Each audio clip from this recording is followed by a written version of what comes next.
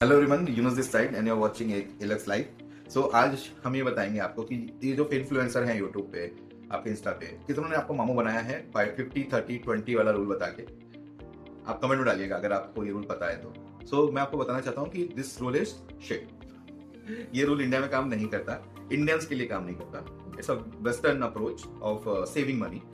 ये इंडिया में किसी भी हद पे काम नहीं करता, क्योंकि इंडिया में जो आपकी अच्छा, मैं पहले ये बता दूं इंडिया में क्या होता है। इंडिया में नहीं, मतलब इस पर्टिकुलर रूल का जो डेफिनेशन है वो आपको समझा देता हूँ। तो 50-30-20 रूल क्या है कि आप अपनी इनकम का 50% अपनी नीड्स में लगा देते हो, 30% अपने वांट्स में, जो लग्जरीज हैं उसके लिए, हॉबीज, लग्जरीज, कुछ भी इवेंट घूमने फिरने के लिए, उसमें आप खर्च करते हो, एंड 20% आप सेव करते हो।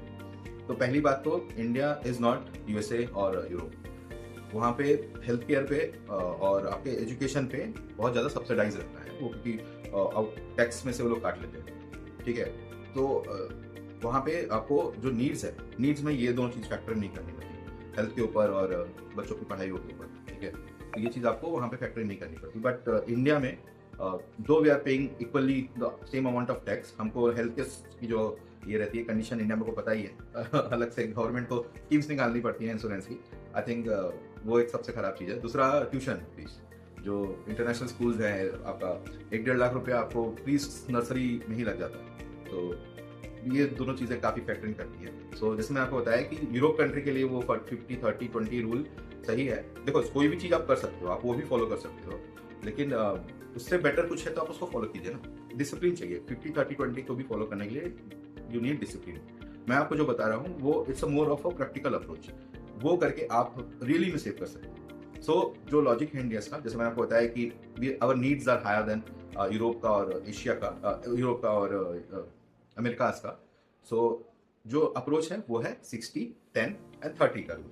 30 इसलिए है क्योंकि इंडिया में इन्फ्लेशन राउंड अबाउट 7-10% के आसपास रहता है। एंड आपका जो अमाउंट बनेगा वो जो अमेरिका का 20% वाला अमाउंट है उसी के आसपास बनेगा, क्योंकि आपका 7-60% तक का इन्फ्लेशन रहता है। एटलीस्ट ताकि आप सस्टेन कर पाओ खुद को, 30% इन्वेस्टमेंट इज और सेविंग इज रिक्वायर्ड।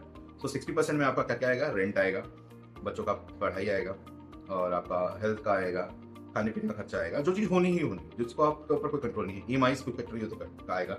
60-70% का आपका वो खर्चा है। ठीक है, फिर दूसरा जो 10% है वो आपका लग्जरी के ऊपर, अपने वांट्स के ऊपर आप खर्चा कर सकते हो। सपोज आपको एक महंगी घड़ी खरीदनी है, या फिर आपको कुछ कपड़े वपड़े खरीदने हैं अपने लिए, कुछ ऐसी चीज़ें खरीदनी है, जैसे आप घूमने का प्लान करो तो उसके लिए सेव करो। तो ये जो 10% है आप उसमें अलोकेट कीजिए। सेक्रीफाइस नहीं है ये, एक्चुअली ऐसे ही है। जो हमारी जो वांट्स और नीड्स है ना, उसके बीच का डिफरेंस बहुत माइन्यूट सामने छोड़ा है। अमेरिका में बहुत क्लियर कट है। दे अर्न वाट एवर जो अमाउंट दे अर्न, और उसके बाद वो उसका 20-30% वो लोग रखते हैं, सेव करके रखते हैं कि घूमेंगे। ठीक है, वहाँ फ्लाइट चार्जेस भी चीप है। लेकिन इंडिया में ऐसा नहीं है। इंडिया में you have to be very very clinical about it. 10% आप रखिए वांट्स के लिए, 30% मैंने आपको लॉजिक बताया क्यों आपको सेविंग और इन्वेस्टमेंट करना चाहिए, कैसे करना चाहिए। डिसिप्लिन का गेम है। तो आई विल ब्रीफ यू। आपका जो सपोज 1 लाख की सैलरी है, 1 लाख की सैलरी अब आपको कैसे आप एलोकेट करोगे? 30,000 जो है वो डे 1 में सैलरी आपकी एक फर्स्ट डे मिली, suppose for example, first day ही वो 30,000 रुपए आपके इन्वेस्ट हो जाने चाहिए। 1 लाख में से 30,000 जो 30% आपके डे 1 में इन्वेस्ट हो जाने चाहिए। इन्वेस्ट और save first, then whatever is left use that for needs and wants. ठीक है, अभी उसके बाद दूसरा है, आपकी वांट्स भी जरूरी है ना। सेकेंड डे या फिर 1 तारीख को ही, या सेकेंड आपका जो प्रायोरिटी होना चाहिए वो होना चाहिए वांट्स के। 10% को निकल के एलोकेट हो जाने की जहां भी आप करना चाहते हो, इन फॉर्म ऑफ एफडी, आप म्यूचुअल फंड में डालो, आप एनपीएस में डालो, जहां भी डालना है, गोल्ड खरीद लो, जैसे भी आप उसका आवंटन करना चाह रहे हो। उस पैसे को, क्योंकि आपको फ्री अमाउंट चाहिए रहेगा बाद में वो, तो जहां भी आप इन्वेस्टमेंट करना चाहते हो। तो मैं अभी टूल्स नहीं बता रहा हूँ, इंस्ट्रूमेंट्स नहीं बता रहा हूँ, मैं आपको सिर्फ अप्रोच बता रहा हूँ। देन आपका 60% बचा, 60% इज योर नीड। आपको 60% नीड पे काम चलाना है। This is the whole approach 60-10-30, because 50-30 and 20 rule doesn't work in India. आपको अगर इंडिया के हिसाब से चीज़ें समझनी है तो इस चैनल को फॉलो अप कर लीजिए और सब्सक्राइब कर लीजिए, और मुझे मेरे काम को सपोर्ट कीजिए। थोड़ा अभी ग्रोथ की रिक्वायरमेंट है। ठीक है, अभी तो ये डिस्कस कर लिया हमने, और दूसरा डिसिप्लिन कैसे आएगा वो डिस्कस कर लिया। क्या ये आसान है? एकदम नहीं, बहुत मुश्किल है। आपको हर मंथ का एलोकेशन देखना होगा इस हिसाब से। उसी हिसाब से आपको अपना जो भी बजट प्लान करना चाहिए। अब ये हो गया 1 लाख की सैलरी पे। सपोज आपकी सैलरी 5 1 साल के बाद 5% और बढ़ गए, ठीक है, 1,05,000। तो फिर ऐसा नहीं है कि आप 30,000 करोगे, जो आपका 1,05,000 का 30% है, आपको वो आपको डालना है। तो जैसे जैसे आपका ये ग्रोथ होगा, आपको ये भी आपको बढ़ाना है। लेकिन वेल्थ बिल्ड कैसे होता है मैं बताता हूँ। आपको अपनी जो भी नीड्स है उसको लिमिट करना होगा, अपनी वांट्स को एडजस्ट करना होगा। Limit, adjust and grow, limit, adjust and grow. तो ध्यान रखिएगा, आपका 60% आपका अभी अगर एलोकेशन हो रहा है खाने पीने में और ये सब जो चीज होनी है ईएमआई वगैरह में, तो उसको keep it at 60% and below. Like for example, अगर 1,05,000 रुपया आपकी सैलरी होगी तो वो 5,000 पूरे आप डाल दो इसमें से। आप जैसे खर्चा कर रहे हो उतना ही खर्चा करो, उसको लिमिट ही करो, ठीक है। वो पॉसिबल नहीं है इतने कम सैलरी के उस पे, लेकिन अगर जैसे मान लो 2 लाख रुपए सैलरी है, 1 से 2 लाख की सैलरी हो गई, 2-3 साल में आपके अच्छे खासे प्रमोशन हुए, हाइक मिली आपको 2 लाख, तो भी बच्चों की पढ़ाई जहाँ पढ़ा रहे हो आप वहीं कंटिन्यू करो। ऐसा नहीं है कि आपका लाइफस्टाइल अपडेट हुआ तो आपने स्कूल भी अपडेट कर दिया, आपने और 4 लोन ले लिए हैं, और अपने मतलब आप समझ रहे हो ना। तो अपने नीड्स के लिए आप उसको स्ट्रिक्ट करो, 60% इज द बेस, उसके नीचे रखने का, और जो भी है उसके ऊपर का वो सेविंग करो।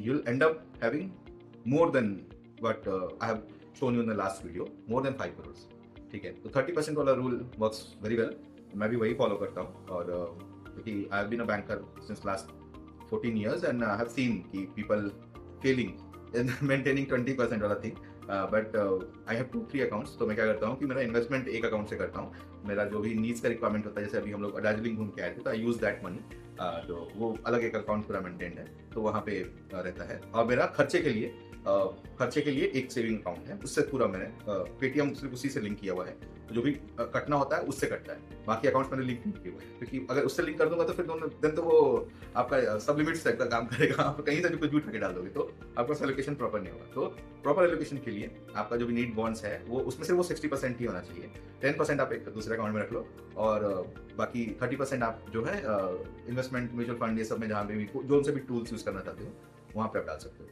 ठीक है। तो आई होप ये वीडियोस आपको थोड़ा अच्छा लगा होगा। आप लोग प्लीज कमेंट देना, और आपको क्या देखना है वो भी इसके बारे में कमेंट दीजिए। और मेरा ये एक्सप्लेनर वीडियोस कैसा लग रहा है आप लोग प्लीज ये भी बताइएगा।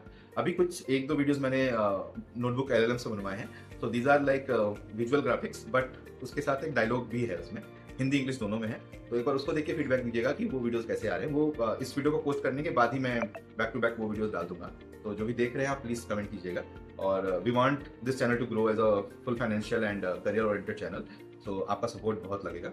सो keep helping us and keep watching LX Life, and as always, thanks for watching. Bye, take care.